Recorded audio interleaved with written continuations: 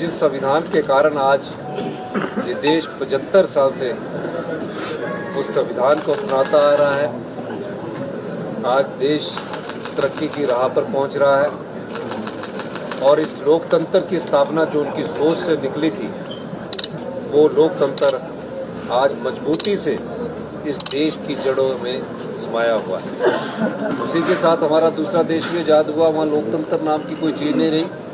लेकिन बाबा साहब जानते थे कि विभिन्न जातियों, विभिन्न धर्मों, विभिन्न वेशभूषाओं वाले इस देश में एक ऐसे संविधान का निर्माण किया जाए जहाँ सब आपसी भाईचारे से रहे, प्यार से रहे, मोहब्बत से रहे और किसी के मन में वैर ना आए। इस परिकल्पना को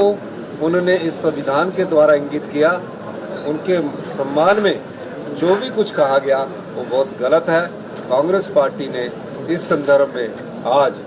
जो विधायक दल है हमारा, उसने यह धरना आज विधानसभा के बाहर दिया, क्योंकि हमारी विधानसभा लगी है, नहीं तो हम बड़ी रैली के माध्यम से भी धरना देते। लेकिन विधायकों का इस धरने में आकर ये कहना कि हम सब लोग उस संविधान निर्माता के प्रति जो अपशब्द किए गए हैं उसके विरोध में हम सब लोग बैठे हैं। सुनकर विधायक आए हैं, वो इस बात के लिए धरने पर बैठे हैं कि जब देश आज़ाद हो रहा था, गुलामी की जंजीरों को तोड़कर जब देश को आज़ाद करने लगे थे, उससे पहले इस देश में कोई संविधान नहीं, और संविधान की जिम्मेवारी एक ऐसे बुद्धिजीवी, एक ऐसे पढ़े लिखे दलित जाति से संबंधित बाबा साहब अम्बेडकर जी को दी। उस समय समाज में बहुत जातिवाद था, लेकिन